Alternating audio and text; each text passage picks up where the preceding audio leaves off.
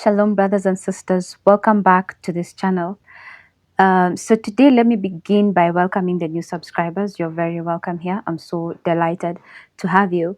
I think the first thing I'd like to mention is that I'm not a prophet. I know some people may have joined because they think that from some time, from one point to another, they will be receiving prophecies from me. But I really want to make it clear that I am not a prophet. I did a video just a few weeks ago. It's titled Warnings of Yah, Jeremiah 23, Christian Fortune Telling and Passengers. And there I explained everything that Yah taught me concerning living through the prophetic times, and that Joel 2:28 is real and it is active and it is functioning. And yes, some people will be able to speak prophetically, will be able to be given visions, dreams. It will happen on a large scale. Yes, it's going to happen, but there is a way for us to conduct ourselves during prophetic times. And in it, he just showed me essentially that our communion with the Holy Spirit, when we pray to Him and He gives us an answer, He gives us His wisdom, His guidance, He gives us convictions, dreams, visions, all that is not supposed to be mislabeled prophecy. Prophecy is something entirely different, something given to a prophet, someone that is appointed differently to do something entirely different. And so that's the mistake that many people in our generation are making right now by calling their personal communion with the Holy Spirit. They're now calling that prophecy, and they are misguided. And because they have not taken the time to understand scripture, they will still be judged for doing this thing, because it's written in scripture what you must do. And words like that says the Lord, this is a prophecy from God, all those belong only to a prophet. If you are not a prophet, you have not received a prophecy, essentially, is what he was making me to understand. But I explained in that video in much greater detail. So this channel usually focuses majorly on teaching. And I think I expressed in a previous video that some of these teachings take the element of research, and the fact that I have been presenting research on this channel has actually attracted a different kind of audience that I never anticipated. It has attracted unbelievers. It has attracted particularly the male audience, who is more attuned. The male audience is more attuned to logic, to facts, to evidence, you see. And so this has actually made them pay attention. I have come to be very grateful and to appreciate this other side of this ministry that Yah introduced me to randomly. I didn't think that at some point I would be doing research work and doing videos on doing videos on things I've researched on. But I've really come to appreciate that side of this ministry, because it has been able to prove to unbelievers especially that us as believers are not at the back end of everything. We're not at the back of the bus. That as much as we are spiritual people, we know how to merge what is spiritual with what is practical and logical. So that's what this channel majorly does. I know some people, because of hearing of my dreams, probably on TikTok or another social media site, imagined that I am a prophet, but I am not a prophet. The reason I give my dreams is because of Job 33, which does say that dreams come as like a foreshadowing, a warning that this is where you're headed, but right now you have the chance to turn around. So Yah does give warnings, but when he gives a prophecy, it's so emphatic. That means it is sealed, it is done. You see, but a dream is usually a warning, according to Job 33 from verse 14 onwards. So yes, that's what I would like the new subscribers to know. Old subscribers, you're also welcome. I think the other thing that I'd like to point out, and this is more of just housekeeping issues, I'd like to direct your attention to the description box, because that's where I put instructions that could help a person get the most out of a message that has been put out. I give instructions on how to watch the video in its highest picture quality, how to speed up or slow down the speech. Now, this is important because some people have actually told me you're quite fast in the way that you speak. And it is true. In my normal life, I speak quite fast and I read out loud even faster. And then when I'm nervous, I'm even faster. And so I see how this could frustrate the audience that's just trying to pay attention. Meanwhile, I'm just going so fast, they can't keep up. You see? And so the way you deal with that is that there are instructions in the description box where you can just click on the settings, the cog icon, and then you can slow down the pace or fasten the pace. Some people, like me, I always listen on 1.25 speed in every video generally, because that's how my mind works. And so you could actually do that. When you listen at a speed of 0.95 or zero point 0.9, it will still sound the same. It won't sound sluggish and boring. So that could also help. I also give instructions on how to get the subtitles. And this is important because some people have actually expressed that because of my accent, they struggle to understand some of the words, like the way I pronounce some words. They're like, okay, what did she mean by that? So subtitles could really help with that. And then there's this other thing that has become quite a concern on this channel, which is auto dubbing. And this is something that YouTube is doing. Us as content creators don't have a choice in this. So what happens is, because obviously I'm speaking in a Kenyan accent, the AI software in on YouTube will interpret it as a different language. So a person will come and click on my video and then they will hear Russian, or they will hear Polynesian, or they will hear just an AI voice talking in an American accent. And this thing has really troubled people. But now in the description box, I give instructions on how to reset things back to the default settings, and then you can just hear me in my normal voice, in my normal speech. Oh, the other thing that I actually add in the description box are chapters. And chapters are really important because, okay, this is just my own experience. Sometimes when you have watched a long video, a 1 hour video, a 1.5 hour video, and then you want to go back and reconfirm one or two things, but then it becomes frustrating because you're thinking, now will I have to watch the entire video in order for me to just confirm two things that maybe I may have missed? So when I'm doing long form videos, especially when I'm talking about many topics in one video, I usually add chapters in the description box, and that could really help a person if you want to confirm maybe about this, maybe about that. You don't have to watch the whole video. You'll just click on the exact spot, right, of the topic that you want to confirm. I also add references. So if I mention a video or something that's not original with me, that kind of thing, I usually give people their credits in the description box.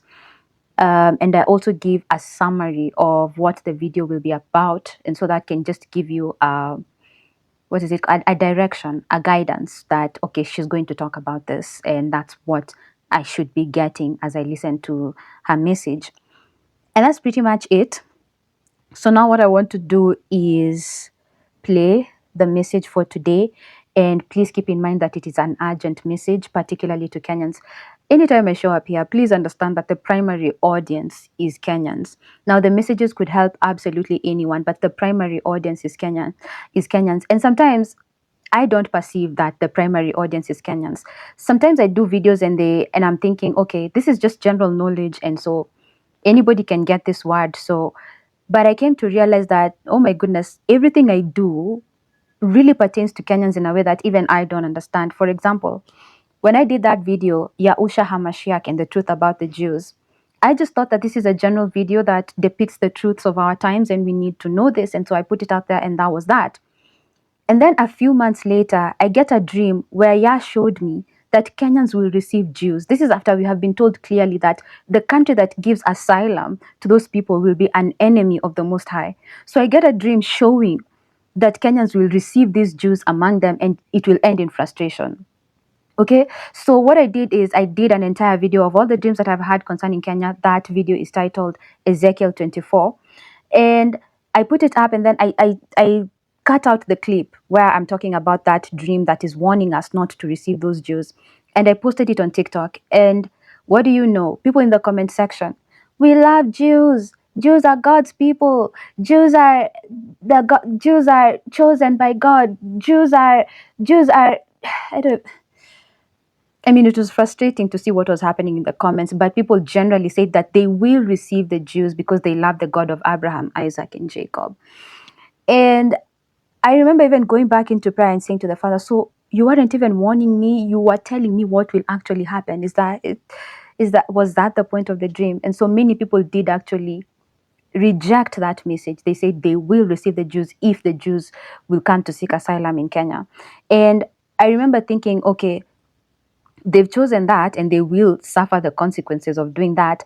But the thing about making that video, Yaosha Hamashiach and the truth about the Jews, the point of that was for Yah to have evidence and a witness that he did speak to Kenyans through a Kenyan, and he showed them these are the Jews. This is what they do. This is their true character. This is their true nature. It doesn't matter if 5 people watched it. It doesn't matter if 2 people watched it. The fact is, there is evidence that a person came and said, don't receive them. this is actually who they truly are. They are imposters. And look at the stuff that they actually do. There's historical evidence put down word for word of what these people have been doing across centuries. Across centuries. And so the fact that people choose not to listen or to reject, that's upon them. That's their own issue. But then that's how I came to understand that, my goodness, maybe sometimes I may not even perceive that the messages that I'm doing are primarily for the Kenyan audience, but usually they end up turning out to be that way. All right, so this is one of those messages where I really think it's urgent, and I pray that even as you listen with a listening heart, and that you will be moved to act as part of your response to this message. That is the introduction. Thank you so much. Bariki you and enjoy the word.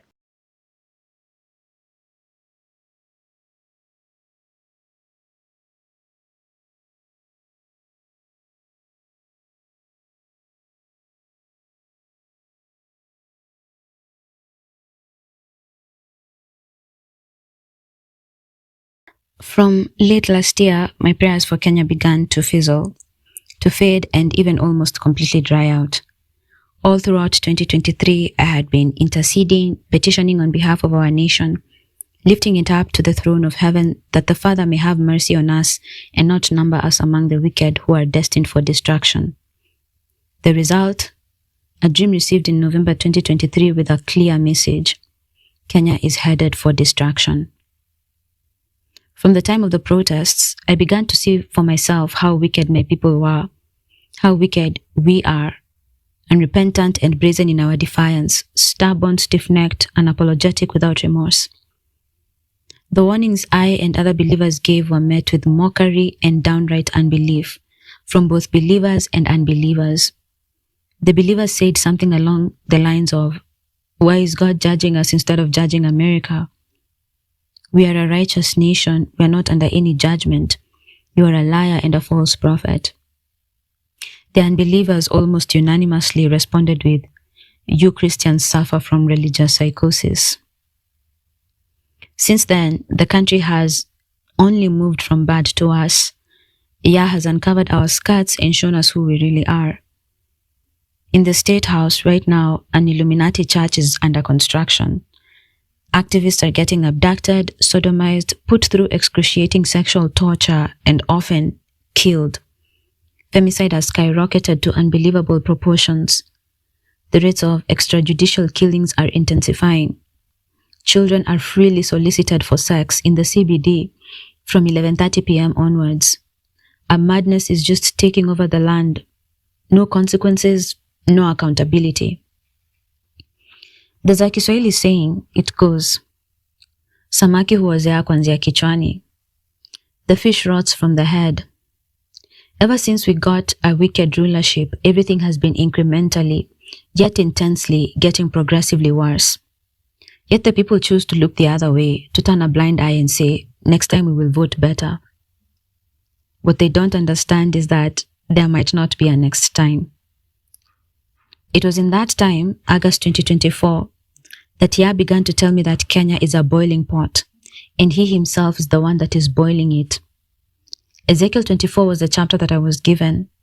I have shared all these things in as much detail and understanding that Yah has given me. So from that time, my prayers for the nation began lessening. I had no zeal to pray for an unrepentant, mocking people. On meditating on this, I found that it would be greatly unfair to request the Most High to have mercy on us. Were I to pray in spirit and in truth, in faithfulness to the Most High's nature, then I would pray for judgment over my nation, and for the judgment to hasten and not tarry any longer. But who would ask the Most High to pour out his wrathful vengeance on the only whom they've ever known? I kept quiet. Prayers for Kenya to me became like a verse shelved because you couldn't find a fitting place for it. I directed my prayers to other matters. Prayers for the saints across the world, prayers for the faithful servants of the Most High, prayers for family, for ministries, personal prayers, anything really, but I barely touched on my nation. September 10th, 2025, after my morning prayers, Yah made known to me a simple word to be extended to believers in California who have stubbornly refused to evacuate. Then he directed me to Kenya, my country. He began to present a different aspect to my impasse regarding praying for Kenya that I would have never considered on my own. This is the picture that I saw. A taproot system.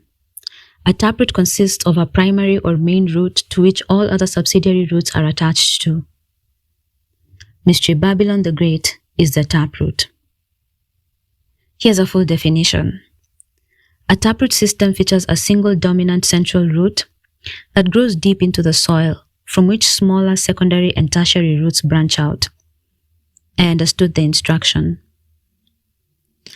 One way to tell the kind of principality governing a people is to simply observe their speech.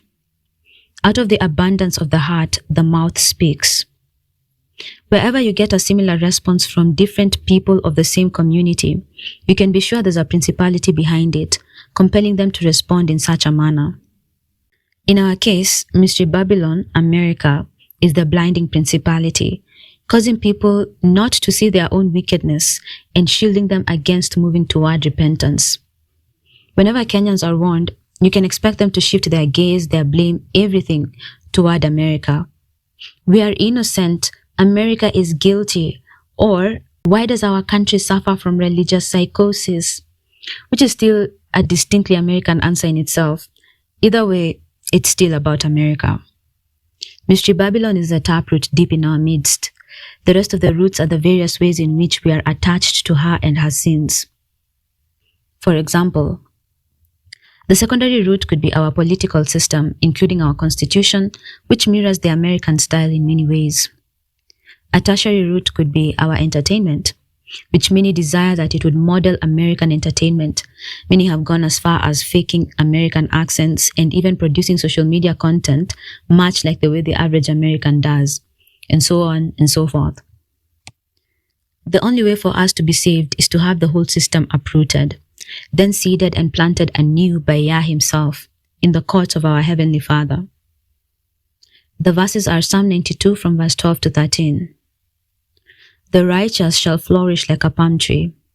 He shall grow like a cedar in Lebanon.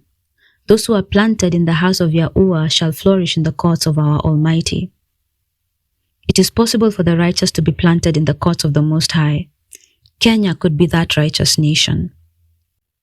This is how we are to intercede. We are to pray for a total spiritual separation from Mystery Babylon. This is urgent. We need to start petitioning this request before the Judge of all the earth, Yah, in the courts of heaven before America is destroyed. Because once she is destroyed, all who are attached with her will face their own destruction with her. Revelation 17. One of the 7 angels who had poured out the 7 bowls came over and spoke to me. Come with me, he said, and I will show you the judgment that is going to come on the great prostitute, who rules over many waters. The kings of the world have committed adultery with her, and the people who belong to this world have been made drunk by the wine of her immorality. All the kings of the world have been involved with her to some degree. In Kenya's case, our leaders are usually just American puppets. Whatever America commands, Kenyan presidents and leaders do. Verse 3. So the angel took me in the spirit into the wilderness. There I saw a woman sitting on a scarlet beast that had 7 heads and 10 horns, and blasphemies against Allah were written all over it. This speaks of how great blasphemies will come from America. All that is blasphemous, provoking to the Most High, whether words or deeds, will find a home in America. Verse 4. The woman wore purple and scarlet clothing and beautiful jewelry made of gold and precious gems and pearls. In her hand she held a gold goblet full of obscenities and the impurities of her immorality. This verse tells us that the great prostitute is very rich, full of abundance and affluence, which is why she is adorned in very expensive clothing and jewelry. On the surface, she looks very beautiful, very appealing, almost irresistible, but in her hand she holds a gold goblet full of obscenities and impurities of her immorality. If you judge her by her appearance, by her expensive trappings and clothing, you will be fooled, even enticed by her beauty and wealth.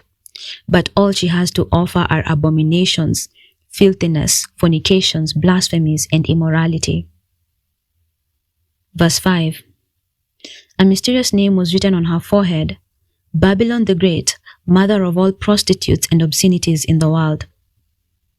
What's important to note from this verse is that a person gets the label mother because they have children. America has children who are just as much prostitutes as she is, but perhaps on a much lesser scale. Reading this, I began to understand that Kenya is a prostitute child to America.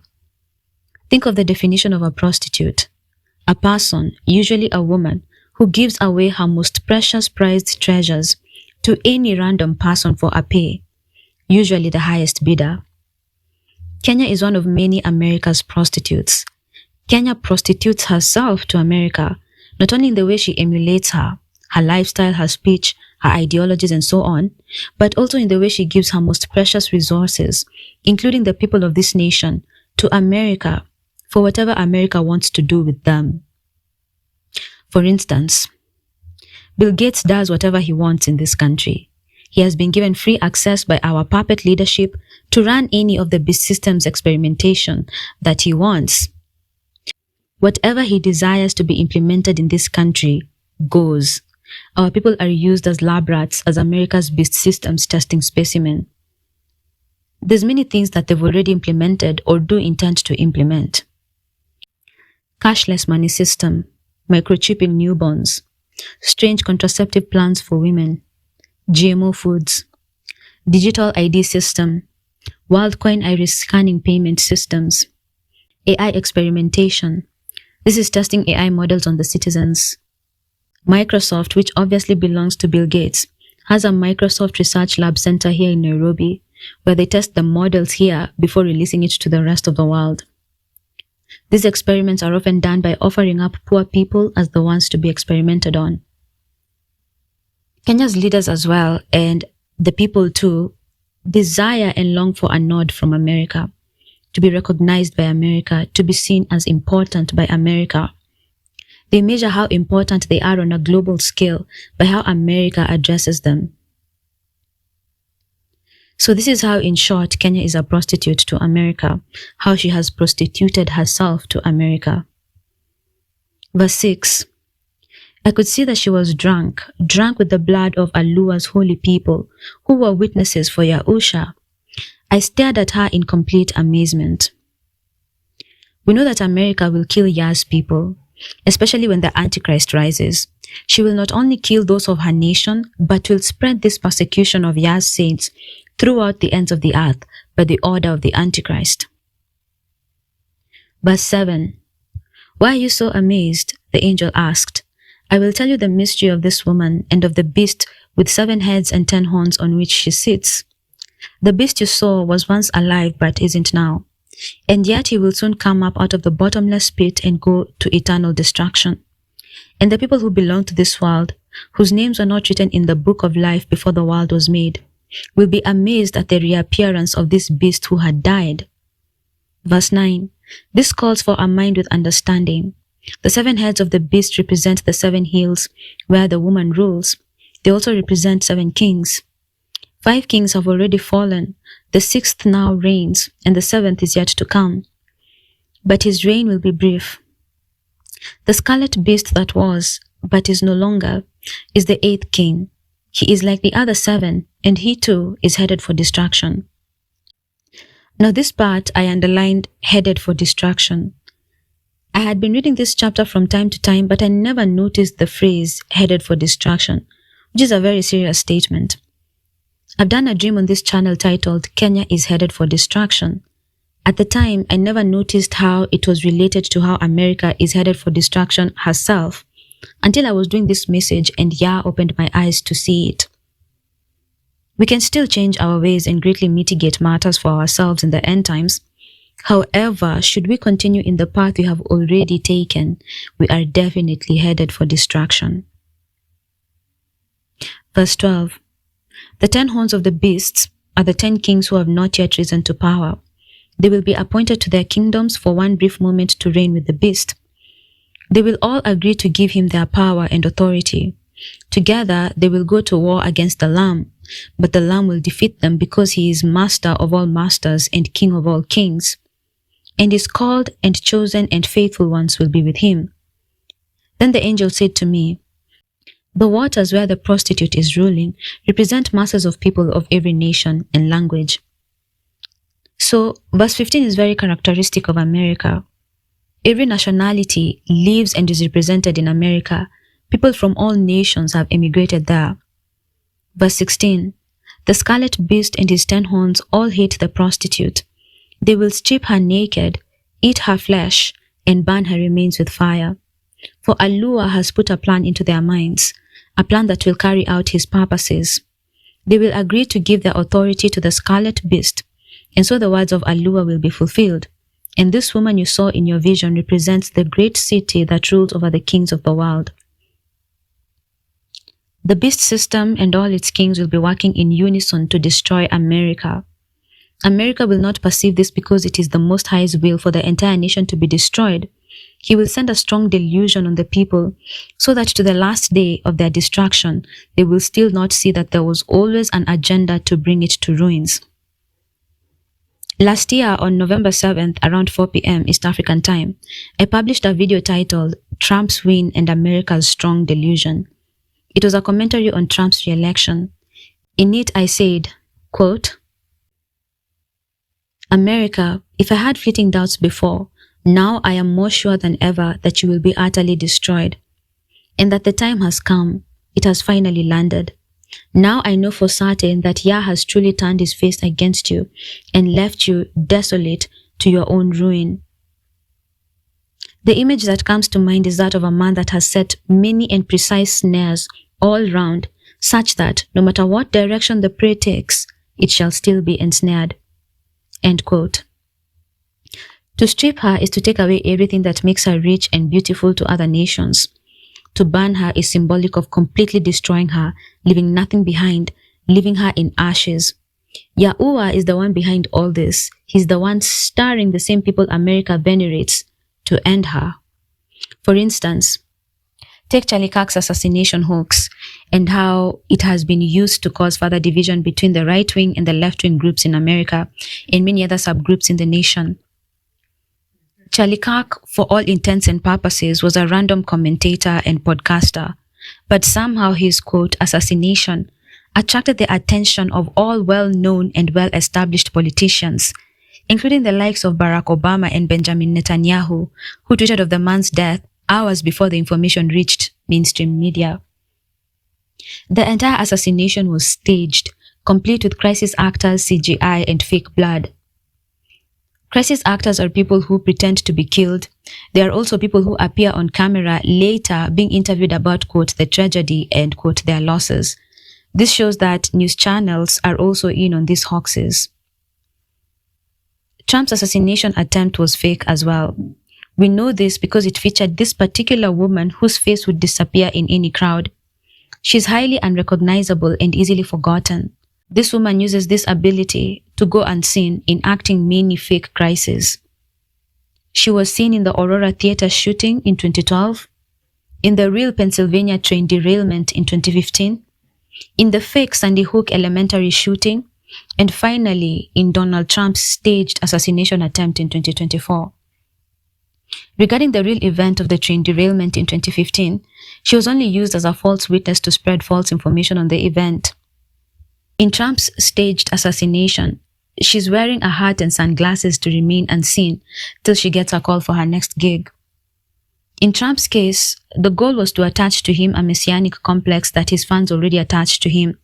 But this was a way to really flesh it out, to really reinforce it and to imprint into the psyche of his crazed fans and devotees that he really is some kind of messiah, surviving death attempts and, resurrecting and coming into his God-appointed glory of his God-given presidency, King Cyrus, God's chosen.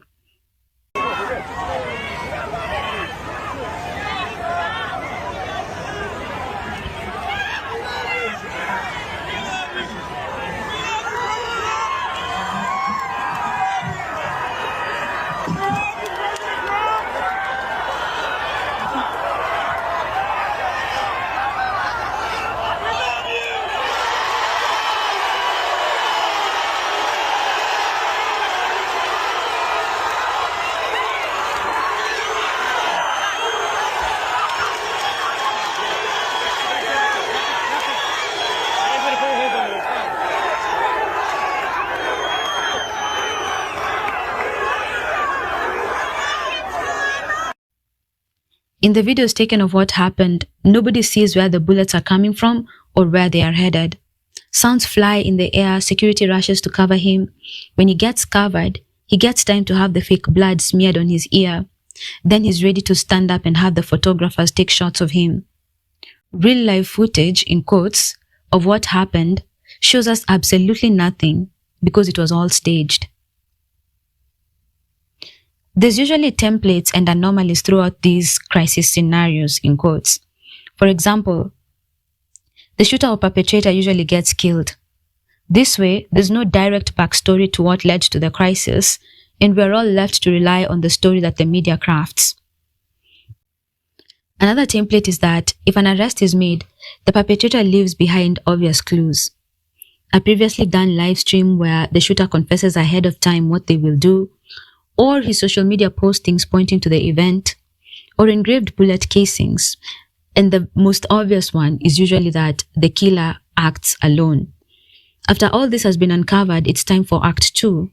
All other elements, that is, the media, politicians, celebrities, influencers, all notable figures must work together to, quote, make it a very big deal through announcements and comments and interviews and social media. Any platform that they have, they must use it to talk about the recent, quote, shocking event.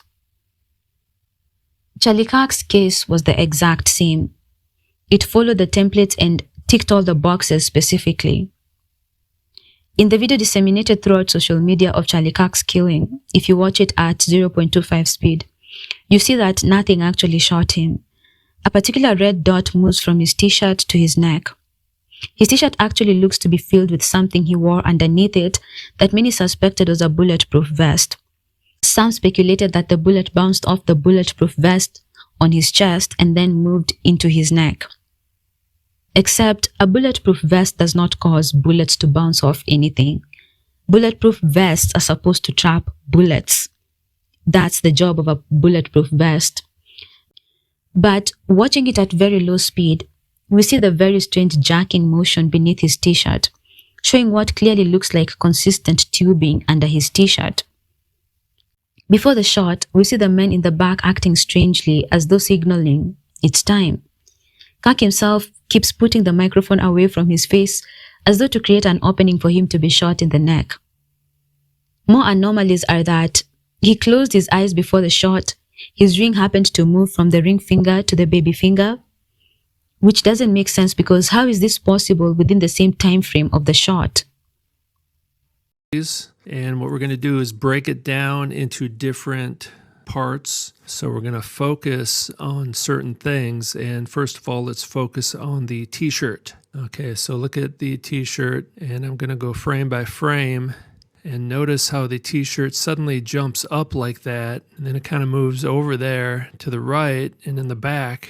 So I don't know what would cause that. I don't know if it looks like there's like a squirrel got in there maybe. I don't know. It's a little fuzzy, but there's like a dark spot there on the side of his neck and his face kind of disappears as well. There's this kind of little white thing there and then there's a dark spot. Let's look at the shirt again. The shirt goes up and now his face starts to disappear, especially his mouth. He doesn't have a mouth anymore. I'm a bit concerned about that. Is there some kind of alien technology? And then here's our little thing over there on the right, kind of starting to look like Phil Collins a little bit. And then boom, the shirt goes up and then the shirt comes down. He loses the bottom part of his face and then suddenly there's a wound. See that right there? Keep your eye on the spot right here, the black spot. You're going to see that his head and his neck move to the right, to our right. But this thing kind of almost moves to the left, or it doesn't move at all. So I'm just going to go back and forth and just watch that black spot. It doesn't seem to move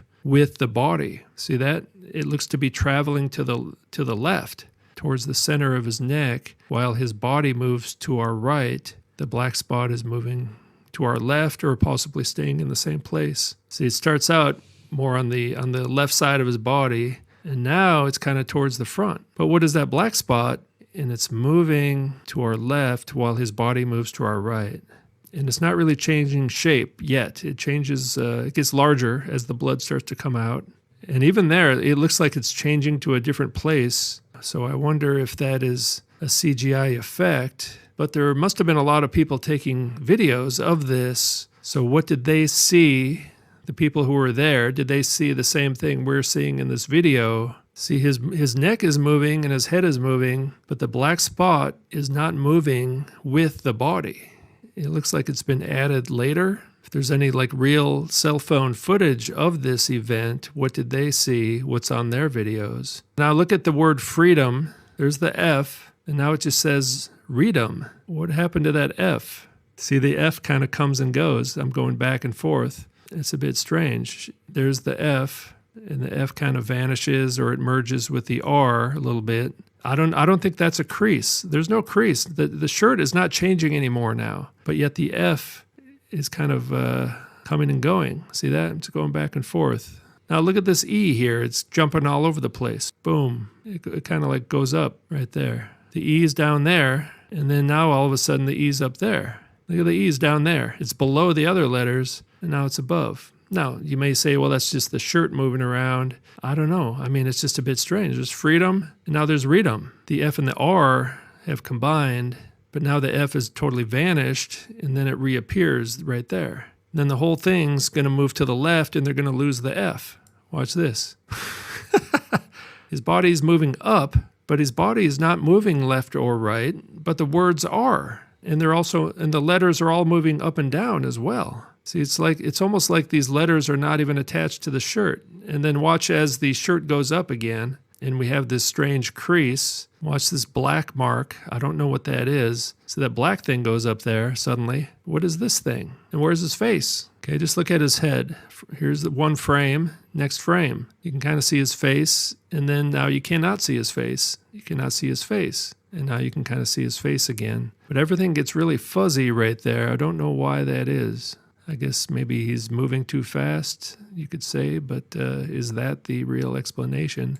And then suddenly the hair moves down as well. See that? It's like he gets a different hairstyle for a minute. The shape of his head even kind of changes. There's his hair, and then the hair moves down there. And this kind of changes. And then next frame, it goes back. So in one frame, you got this little hair thing going down there, and then it moves back up. How did that happen? So if you look right here, and then I'll go to the next frame and watch what happens here, and now everything kind of moves up. See that? So here's one frame and the next frame. One frame and the very next frame, the whole shirt is moving up. And then there's this hair going down. And we're like, what is this thing here? And what's going on with the shirt? And look at this. It looks like something's under the shirt, actually, right there, doesn't it? I don't think that's a crease. Those look like tubes. This tubing, it looks like he's got some elaborate tubing mechanism under the shirt. And how they do it with the blood squibs, there's tubing, and then there's usually a handheld device, possibly remote control, and it shoots air, and then the blood is in the bag, and the blood comes out of a certain location. So watch the tubing. The tubing down here kind of goes down, but something up here is going up. And there's something there. And just watch all these little creases. So there's freedom on his shirt. He's got no mouth. In the next frame, we see that tubing very clearly, or whatever that is. And there's the black spot there, which, as we saw before, doesn't really seem to be on his skin, actually. And he doesn't have a mouth, which is always a big problem, especially if you're a public speaker. And now there's something there as well. Look at that. What's going on here? What is that? Very strange. And now there's no F on the word freedom. Watch the black spot. As his body moves, the black spot doesn't move the same as the body. See that? His neck and head move to the right. The black spot does not move with his body. And now watch this F again. Right there, it suddenly just vanishes, and there's no crease in the shirt or anything. See that? I'm just going back and forth now. There's no crease on the shirt. There's no reason for that letter to vanish like that. There's just not. I mean, I can't think of any valid reason that letter F would just come and go like that. That usually doesn't happen. Like when you're wearing a t-shirt that has letters on it, the letters usually stay there the whole time, and they don't move around the shirt from the left to the right so much. Look at the whole word moves to the left. See that? Freedom, and now it's freedom. But it's further on the left, and the black spot is not moving with the body. It's just not. And I do wonder, does the microphone have a button on it that he pushed or something? Does he have something in his right hand? And notice the microphone falls, but he kind of catches it. He's kind of on a chair on a small stage, but then there's a guy on his right that comes over and kind of catches him. That guy kind of helped him fall down, actually. So he didn't fall down that hard, actually. And now it's kind of like Trump's earlobe Messiah incident. These people are kind of like the George Floyds of the right.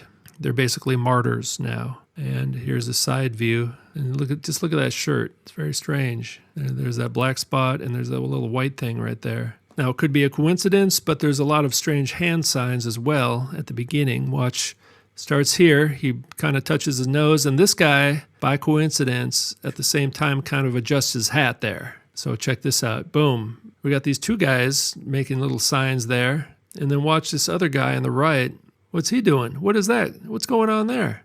Hand to the face, and then the other guy hand to the hat, and this next guy hand on his arm. For no reason, really. There's no reason he should be doing any of those movements, really. And then it happens. What a coincidence, huh? Right before he gets shot in the neck, this video kind of turns away then suddenly, right? We can't see what happens after that. And there's the ring. You can see clearly it's on his pinky right there. Now, I can't tell if it moves right there or not. It kind of looks like it, but it's actually difficult to tell. But here, before he began speaking, he was throwing hats out to the crowd. You can see the ring is on the ring finger, right? First, second, third finger, and there's the pinky. So did he change the ring finger to the pinky between now and when he started speaking? See here the ring is on the ring finger, but then here it's on the pinky. Obviously, the social media video we got was edited, which social media platforms, by the way, very conveniently did not take down on the usual basis of triggering or sensitive content. The video that was allowed to circulate was very clearly edited. When I watched the video for the first time, of course I was horrified just like everybody else, but I had a fleeting thought which I did not pay much attention to, or which now I wish I did. The thought was this: if this person has really been shot in the neck, why is his blood bleeding out so politely? I've watched enough episodes of Grey's Anatomy to know that this is not how it's supposed to go. I expected a gash. This is a traumatic injury. A shot to the jugular could never bleed out in such an organized manner. And anyway, the explanation is simply this: Kirk was wearing blood tubing beneath his t-shirt, something that actors do. The fake blood leaked out politely without even soaking his t-shirt. By the time he's being carried out to a nearby SUV, and not into an ambulance, which the campus had several of, his white shoes do not even have a droplet of blood on them. And then, after he's apparently rushed to the hospital, a strange man comes around to take the surveillance video down. This is supposed to be a crime scene. Nothing should be tampered with for evidence and investigation purposes, but somehow this is allowed.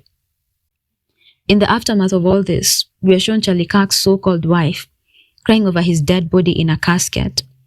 The dead body is clearly just a dummy. I love you. I love you. I love you. I know. I love you. I love you. I love you. God bless you.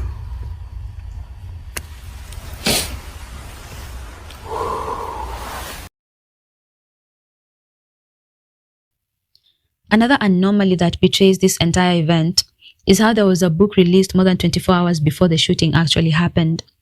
The book is titled The Shooting of Charlie Kirk, a comprehensive account of the Utah University attack, the aftermath, and America's response, which was released on September 9th, 2025 in the morning hours, 6:23 a.m. The shooting happened on September 10th at 12:10 p.m. Later on, Donald Trump would give his remarks on Charlie Kirk's shooting at the 9/11 Pentagon and Ground Zero Memorial. Here's Kirk's wife showing the devil horn signs at that memorial. Here's more pictures of Charlie Kirk doing Illuminati hand gestures. And so this is the man that people are saying is, a Christian man, a man of God. Another interesting and very plausible concept is that Charlie Kirk could be a biological woman or a trans man. Their skeletal structure fully betrays them as one belonging to the female sex. Looking at the face, you can see that the facial features are compact and appear squeezed at the center. This is typical in trans men because biological women naturally have small skulls.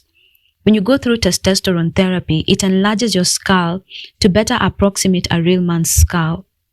But your facial features do not adjust, and so the person ends up looking very strange, having compact facial features and so much unnecessary space throughout the rest of their face. Kirk also has a widow's peak, which is mostly found in females, a narrow jawline, again very feminine, no visible Adam's apple, equal upper and lower lip length, very small ears. I mean, these are too many feminine features for a man to have. Then a straggling wispy beard. If you're a person that has observed biological men's beards, then you know that they don't have this wispy, very light, very light look to them. And now somebody sent me this photo. I'm not sure where they got it. Maybe some kind of TikTok thing or something, but this one over here looks like a normal woman, actually. And here, it looks like a woman with short hair and a bit of a beard, small nose, kind of one of those small faces and small teeth. So just something to keep in mind. Discovered in high school, groomed. This person had a lot of backing, and then the president is deeply involved in the investigation. It's basically a trauma-based mind control event where you're supposed to feel like some tragic event occurred. And there's a lot of videos online you can find of people kind of showing how to use these blood squib devices. And notice even here, you can kind of see the tubing under the white shirt. Sometimes you cannot tell it's there, but sometimes you can if you look for it. And of course, you need the fake blood. Or in this case, it could have been an effect added later on to the video. But this will probably turn into some kind of JFK, Martin Luther King kind of thing. There'll be conspiracy theories and there'll be mainstream narratives. And it's amazing that even in 2025, people still believe the narrative. But remember, the narrative in this case is a trauma-based mind control narrative. So people get really emotional about this issue and they do not think critically about it. And so it's a highly triggering emotional event primarily. And if you look at the mass media coverage, it's all about the emotion. And that's the weapon they use against us. And now they're trying to censor free speech. And notice the date here, 9/11. Some senator comes out and says, I'm going to use congressional authority and every influence with big tech platforms. And keep in mind, the CEOs of all these big tech platforms just met with Trump like a week or two ago to mandate immediate ban for life. A ban for life of every post or commenter that belittled the assassination of Charlie Kirk. So I didn't really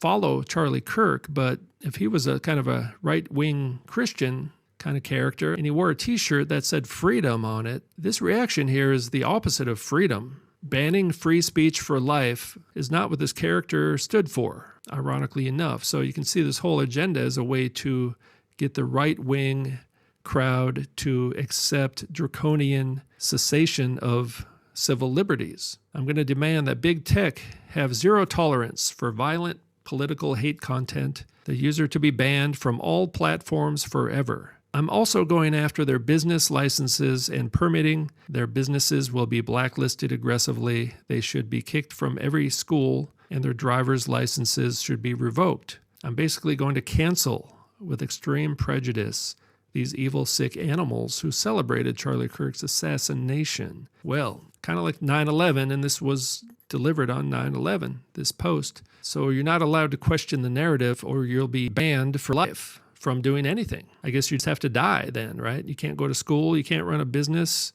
you can't drive a car, close your bank account, you can't participate in society. It's kind of like, isn't that what they did to unvaccinated people like me? So you can't question the narrative. So now they're getting the right wing to get on board with this whole cancel culture. The right wing is canceling the left, whereas before it was the left wing canceling the right. So now everyone can get canceled at any time for just using critical thinking, because the narrative is their greatest weapon. It's the most powerful weapon on earth, the narrative. And they need to censor anyone who questions the narrative so they can control our hearts and our minds and even our bodies. But they can kill the body, but they cannot kill the soul. Some may doubt whether Charlie Kirk was actually Charlene Kirk, and that's their prerogative. All I'm saying is that America is not above presenting a trans man to the public, then shouting from the rooftops, "This is a far-right Christian man who advocates for Christian nationalism, Jesus-centered, patriarchal figure, a family man." Meanwhile, the couple is actually inverted. Let's watch a video of Erika talking about her past in 2012 when they were doing Arizona the Miss.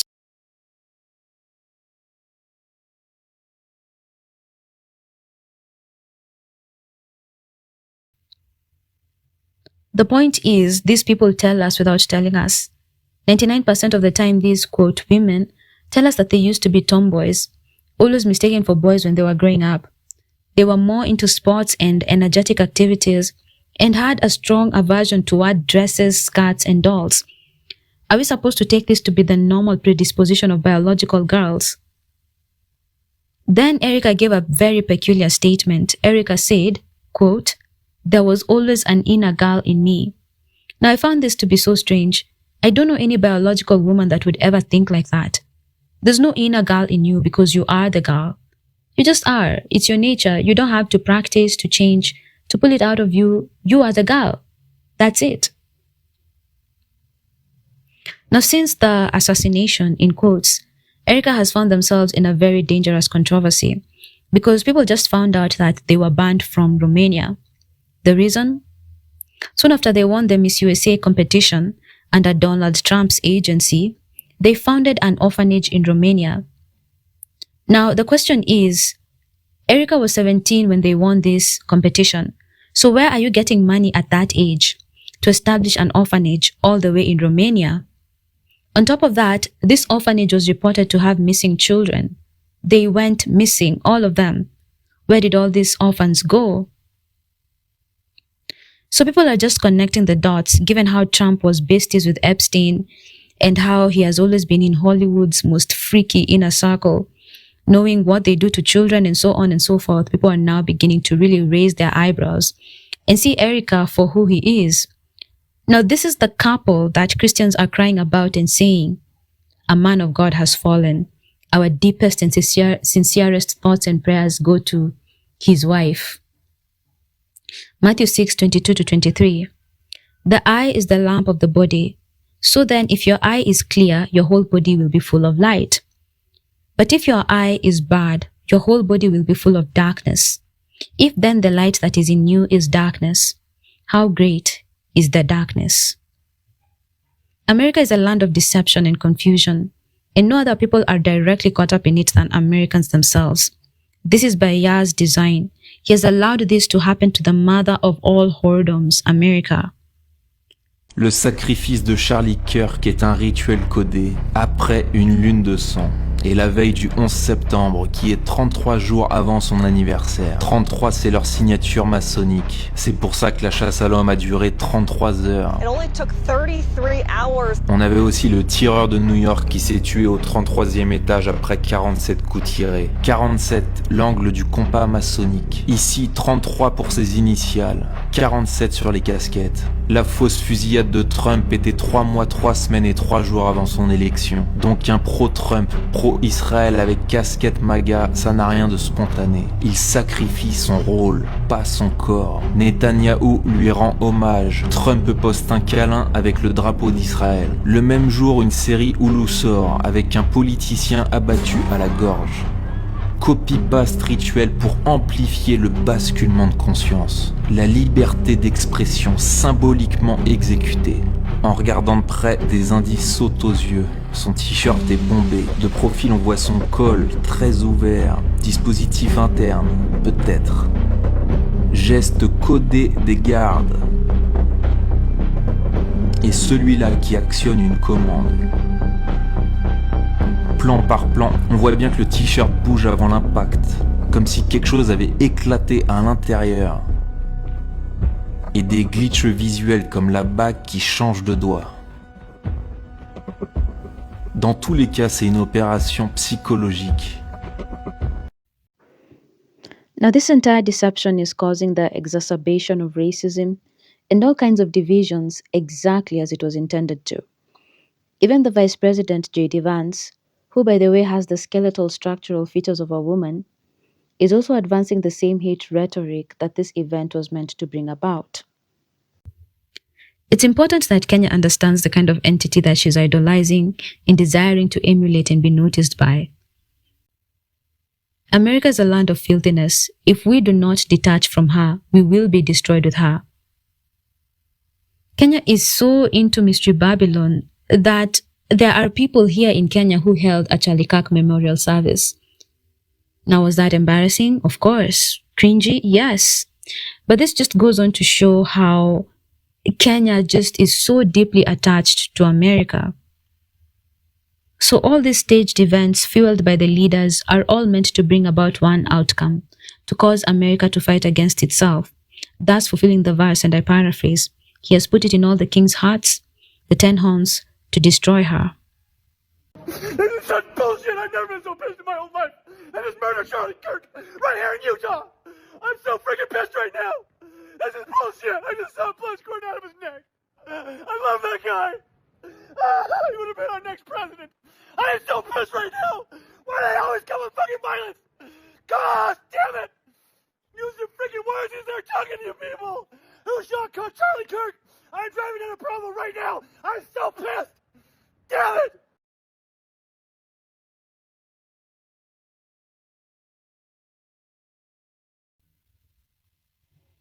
Chapter 18.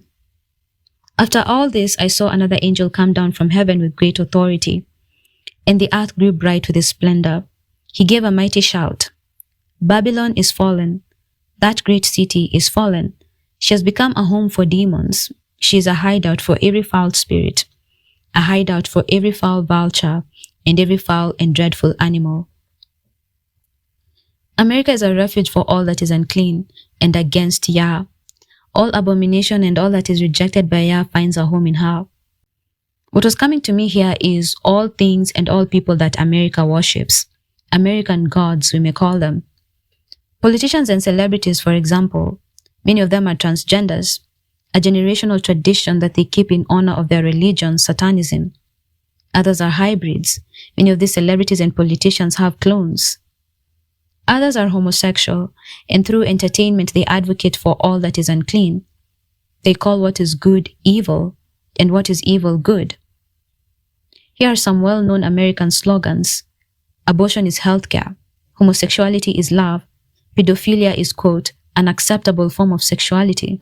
They label it minor-attracted persons. And whoredoms such as fornication and adultery are labeled sexual freedom. Some of them are actually Luciferian recruiters and assassins, better known as spies in contemporary terms. In this era of truth, some are coming out and boldly claiming, for example, that the actress Jennifer Garner is one such person, a Luciferian assassin and recruiter. And so what they claim is that what is represented to us, which is that Jennifer Garner is a loving mother who hugs puppies, is the lie. The truth is what she acted in Alias, a spy and a recruit. That is what is true about her. She is a real-life assassin and Luciferian recruiter. Now, whether this is true or not, it's important to keep in mind that in a land of deception and confusion, such as America is, entertainment is what is usually true. The life represented as real life is what's usually a lie. The ones who call themselves tech gods mean it in a very literal sense. Many of them do come from fallen bloodlines and can trace their lineages back to the fallen angels. They believe they are inherently superior to mankind and that they are kings meant to rule and subdue mankind. Human literally means a sub-creature, a lesser version. Yah calls us sons of Adam. In Kiswahili, binadamu, bin, son of, Adamu, Adam, red-blooded man. Damu means red blood or simply blood in Kiswahili. So Yah calls us sons of men or mankind. Human is a very recent development. Many are not aware that in the ancient days, Nephilims were the gods or kings that ruled other nations. That is, of course, apart from Yasharal, which was ruled by Yah himself. As part of their many traditions, humans had to offer their virgin daughters to sleep with the gods, the kings, before they could even be married off to human men. Thus, temple prostitutions. Daughters had to sleep with these Nephilim beings or their human priests. This is why Yah forbade his own from intermarrying with foreigners, because their blood was not pure. And Yah called Israel a set-apart race, a holy race. Israel was called to remain pure. But Israel would always rebel and commit whoredoms with Gentile women. This is why, as part of their brutal punishment, Yah allowed his people to be ravaged by other races, and what was meant to be a holy race became mixed with other. But it is going to bother you because you're human, and I was human. I am human still.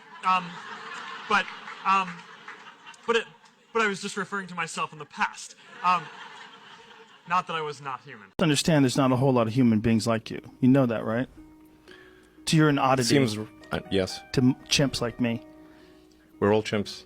Yeah, we are. We're one notch above a chimp. Some of us are a little bit more confused. When I watch you doing all these things, I'm like, how does this have all this time and all this energy and all these ideas, and then people just let him do these things? Because I'm an alien. That's what I've speculated. Yes. I'm on record saying this in the past. I wonder. It's true. I mean, if there was one, I was like, if there was like maybe an intelligent being that we created, you know, like some AI creature that's superior to people, maybe you'd just hang around with us for a little while like you've been doing. I might have some mutation or something like that. You might. Do you think you do? Probably. Do you wonder? Like, you're around normal people, you're like, A majority of America's leaders and entertainment moguls are occultists. Take Beyonce, for example, an occultic high priest. I want to read from the testimony of a man who alleges that he worked for a time as Beyonce's photographer and videographer. He signed an 80-page non-disclosure agreement, but even after he completed his contract, he has never had peace after that. He is tracked everywhere. He would often come back to a ransacked apartment. There were always signs that his every move was being watched. And this paranoia that he might be killed at any time for what he saw is what made him share his testimony. And he swears that Beyonce is a high priestess and a conduit of the darkest forces in the unseen realm. I read, October 22nd, 2022, in an isolated mansion in the hills of Bel Air, changed not only my life, but the way I see the world, music, everything. I was hired by Beyonce, the queen, and I saw her kneel, but it wasn't to a god that you and I know. It was to a being that was banished from our reality, an entity that shouldn't exist, and I filmed everything. Part of that footage was destroyed, but one memory card survived. Telling you this story puts me at a risk you cannot even imagine. He explains how his doubt and suspicions began. Quote, in one of those late nights, maybe in the third week, the first whisper happened. I was in the hallway grabbing a coffee when the sound engineer walked past me. He looked exhausted, paler than usual. He stopped for a moment, looked both ways down the empty hall, and moved closer. He smelled of stale coffee and nicotine. Kid, he said, his voice low and raspy, you're good with that camera. You see things. I thanked him, not knowing what to say. He leaned in even closer and said, but are you listening? He asked. Not to the music, not the lyrics, but what's underneath, the frequencies that are not supposed to be there. I frowned. Frequencies? What do you mean? He gave a bitter, humorless smile. Every song is a spell, kid. Every melody is a key. They're trying to open a door that was locked for a reason. Pay attention to what isn't said, to the silence between the notes. Before I could answer, he pulled away and continued down the hall, disappearing into the darkness. At that moment, I thought it was just the delirium of a tired old veteran in the industry. Today I know it was the first warning, the first of many.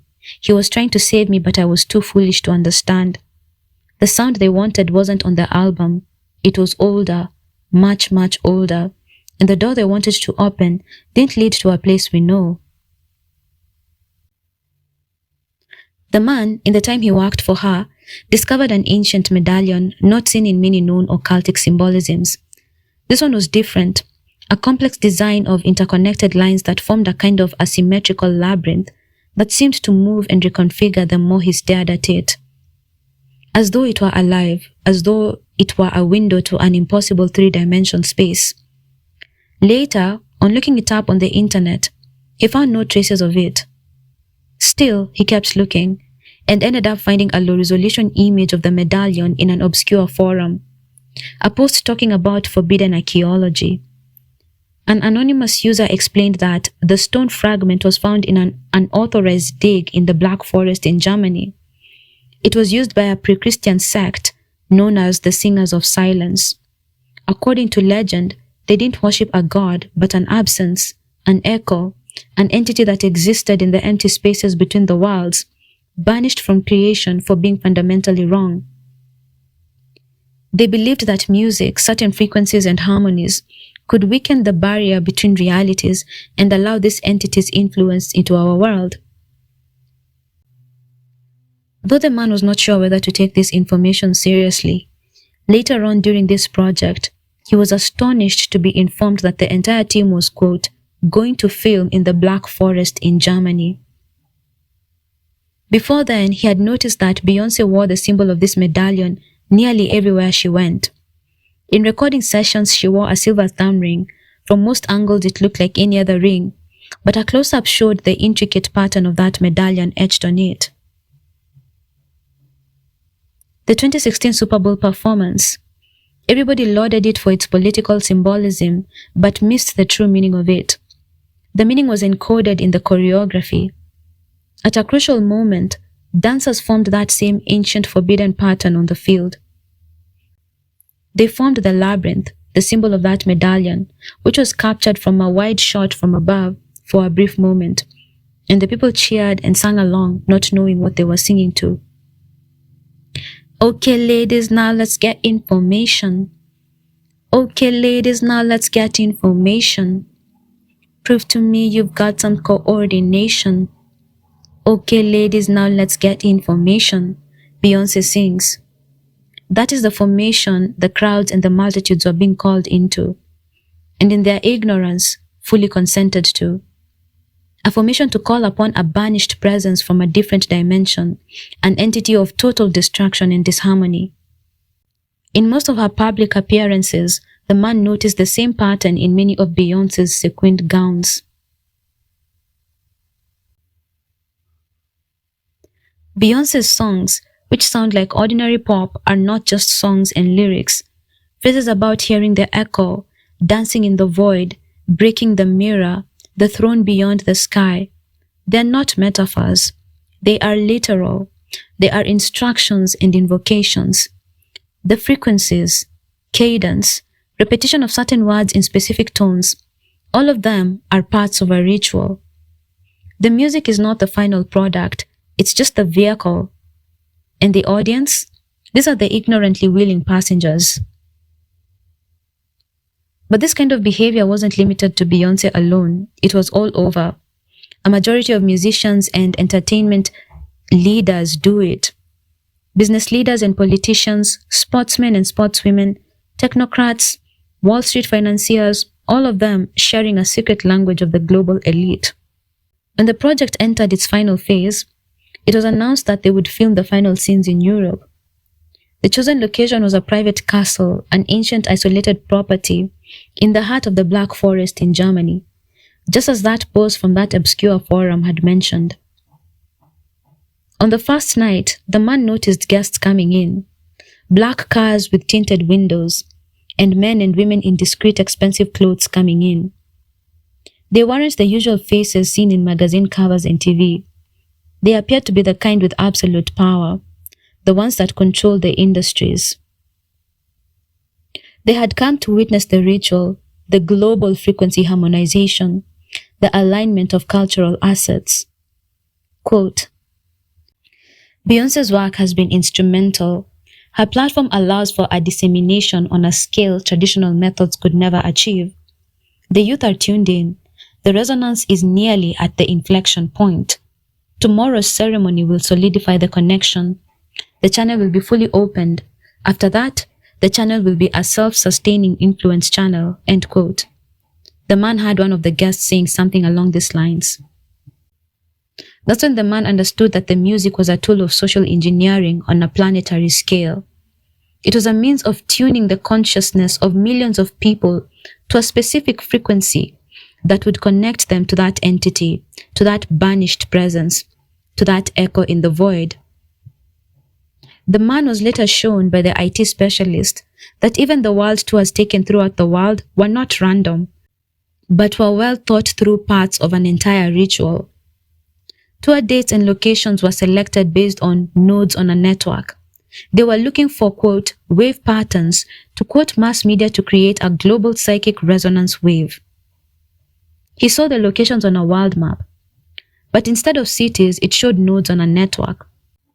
The nodes were events, huge concerts, music festivals, movie launches, even political speeches and global sporting events. Pulsing lines connected these events to centers of power throughout the world. It's a ritual, the IT specialist told him, himself terrified. But instead of drawing using a chalk circle or something, they are using the entire planet, and her music is the main enchantment. Those in power are people of a modern secret society, following after many who set the pace before them, who honored ancient fallen ones, have now advanced to using pop culture as a weapon to reshape human consciousness itself, something those of the past could never have foreseen. And Beyonce is the one to thank for that. She is, as it was now clear to this filmmaker, an occultic high priest. He describes the ritual. I quote him verbatim. The air was heavy, electric, charged with the promise of a storm. The special guests, the silent elite, gathered. There was no festive music, no loud conversations, just reverent, expectant silence. I was instructed to film and not to stop recording no matter what happened. We went to the bowels of the castle, down a spiral staircase that seemed to bore into the earth itself. We arrived in a subterranean chamber, a natural cavern that had been adapted. The raw stone walls were cold and damp. In the center of the chamber, carved into the rock floor, was the symbol, the asymmetrical labyrinth from the medallion, now on a gigantic scale. There was no altar, no candles, just the symbol glowing with a faint internal light as if made of dying embers. The guests formed a circle around the edge of the chamber, their faces impassive in the shadows. Then she entered, Beyonce, dressed in a simple white silk robe. Her eyes were unfocused, looking at something that wasn't there. She walked barefoot to the center of the symbol and stopped. Then she began to sing, but it wasn't a song, it was a sound. A single sustained note that seemed not to come from her vocal cords, but from the very air around her. The note rose and fell into microtones that made the stone floor vibrate. The light from the symbol on the floor began to pulse in sync with the sound. The air in the chamber grew cold, icy. A smell of ozone and ancient dust filled my nostrils. It was then that the center of the symbol began to darken. It wasn't a shadow. It was a patch of blackness that seemed to absorb light, a hole in reality. The darkness deepened, writhed, and from it something began to emerge. To describe what I saw is impossible with human words. It wasn't a demon with horns and wings. It had no fixed form. It was a ripple in space-time, a geometry that hurt the eyes. Angles that shouldn't exist folded and unfolded. Colors I had never seen for which we have no names shimmered and vanished on its surface. It had no face, but I felt myself being watched, analyzed by a vast, ancient, and utterly alien intelligence. It was this entity, the echo in the void, the being banished by God, that Beyonce, the most powerful entertainer on the planet, knelt to. She bowed her head in a gesture of absolute submission before that impossible anomaly. Then the creature leaned forward, and a tentacle of darkness and distorted light extended, touching her forehead. At the moment of contact, her voice stopped, but a sound filled the chamber. Millions of voices, the static collective consciousness, all channeled through that point of contact. I understood everything in that instant. The music wasn't to open the door so the entity could enter. The door was already open. The music broadcast to billions was what fed the entity. Every listener, every fan who sang along, every person who danced to the beat was unknowingly sending their energy, their attention, their devotion through her to this being. She was a conduit, a psychic energy collection point on a global scale. And the success, the fame, the adoration, they weren't the goal, they were the mechanism. The faces of the guests were silent in ecstasy. They weren't there to worship but to witness the transaction. The ceremony ended as abruptly as it began. The entity retracted into the hole of darkness which closed in on itself until it was nothing more than a pinprick, and then it vanished. The light in the floor symbol went out. Beyonce collapsed and was immediately caught by assistants who seemed to have appeared from nowhere. The silence that followed was more terrifying than the sound. No one spoke. The guests turned and filed out in silence as if leaving a church. The next morning, the project was cancelled. End quote. In brief, the worship that Beyonce receives is not for her. It's for these entities that she serves. She's a vessel that holds people's worship from all over the world. Then these spirits collect it from her, her being the conduit to supply these entities with this energy which they need to be sustained. Her ignorant, bewitched, crazed fans are the main source of this energy.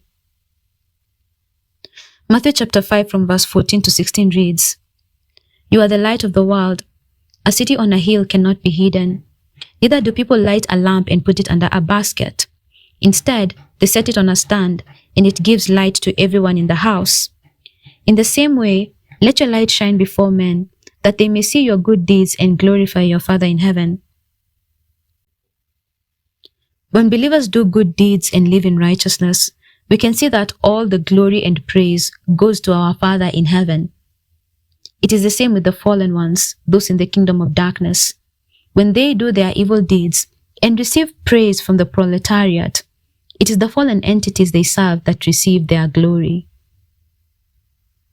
Why are we having these discussions? People need to see, people need to understand what they are idolizing when they idolize America and all that comes from her. Americans, of course, are complicit in all this, staunch accomplices in the sins of the elite, in the way that they venerate these people, looking up to them as gods, saying, "These are the ones that make America great." Verse 3. "For all the nations have fallen because of the wine of her passionate immorality. The kings of the world have committed adultery with her. Because of her desires for extravagant luxury, the merchants of the world have grown rich." Then I heard another voice calling from heaven, "Come away from her, my people. Do not take part in her sins, or you will be punished with her. For her sins are piled as high as heaven, and Allure remembers her evil deeds." This is where we as Kenyans come in. We are called to separate from the filthy whore, Mystery Babylon, America. If not, we will share in her destruction to the very extent that we are attached to her. The picture that Yah gave me, a taproot, clearly shows how deeply attached we are to her. That's why this warning is pertinent and urgent, because America is very close to destruction, though she herself does not perceive it. What we must do is raise a petition to the Most High Yah, the judge of all the earth, and request or petition that we be completely divorced from America. This is, of course, after lifting up prayers of repentance and confession of our collective sins. We often approach Yah as Father, but what most believers forget is that He is the judge, presiding over all cases pertaining to heaven and earth.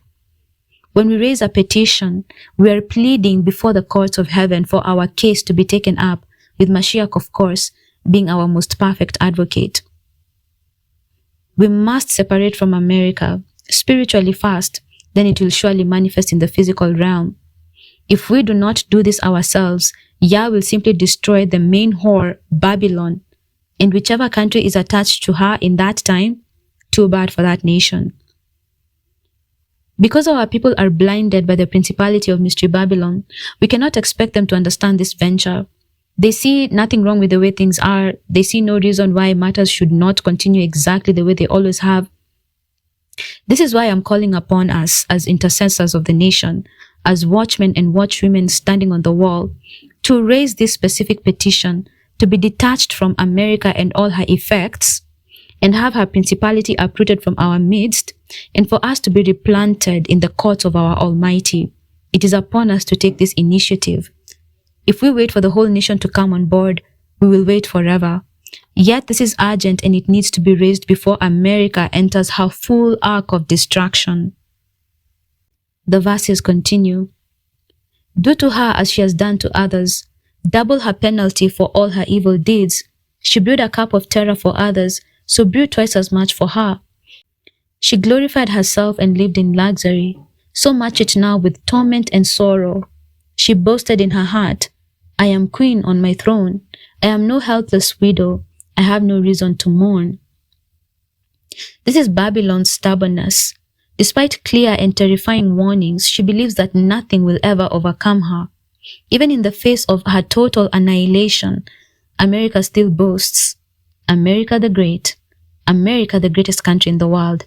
Make America great again. Verse 8. Therefore these plagues will overtake her in a single day, death and mourning and famine. She will be completely consumed by fire, for Yahuwah Allua who judges her is mighty. And the kings of the world who committed adultery with her and enjoyed her great luxury will mourn for her as they see the smoke rising from her charred remains. They will stand at a distance, terrified by her great torment. They will cry out, how terrible for you, O Babylon, you great city. In a single moment, Allua's judgment came on you. The merchants of the world will weep and mourn for her, for there is no one left to buy their goods. Now, these verses are very interesting because of how they speak of the nations that traded with Babylon, mourning at her destruction, yet doing absolutely nothing about it, not even lifting up a finger to help her. Then we are told the reason why. It's selfishness. The only reason they mourn is because Babylon will no longer be around to buy their luxuriant goods. We continue. She bought great quantities of gold, silver, jewels, and pearls, fine linen, purple, silk, and scarlet cloth, things made of fragrant Thyan wood, ivory goods, and objects made of expensive wood and bronze, iron, and marble. She also bought cinnamon, spice, incense, myrrh, frankincense, wine, olive oil, fine flour, wheat, cattle, sheep, horses, wagons, and bodies, that is, human slaves. The fancy things you loved so much are gone, they cry. All your luxuries and splendor are gone forever, never to be yours again. This is a direct contrast to how, in the previous chapter, we are told that she leads a lifestyle of affluence. In the end, she ends up with nothing. It says, all your splendor is gone, never to be yours again. We continue. The merchants who became wealthy by selling her these things will stand at a distance, terrified by her great torment.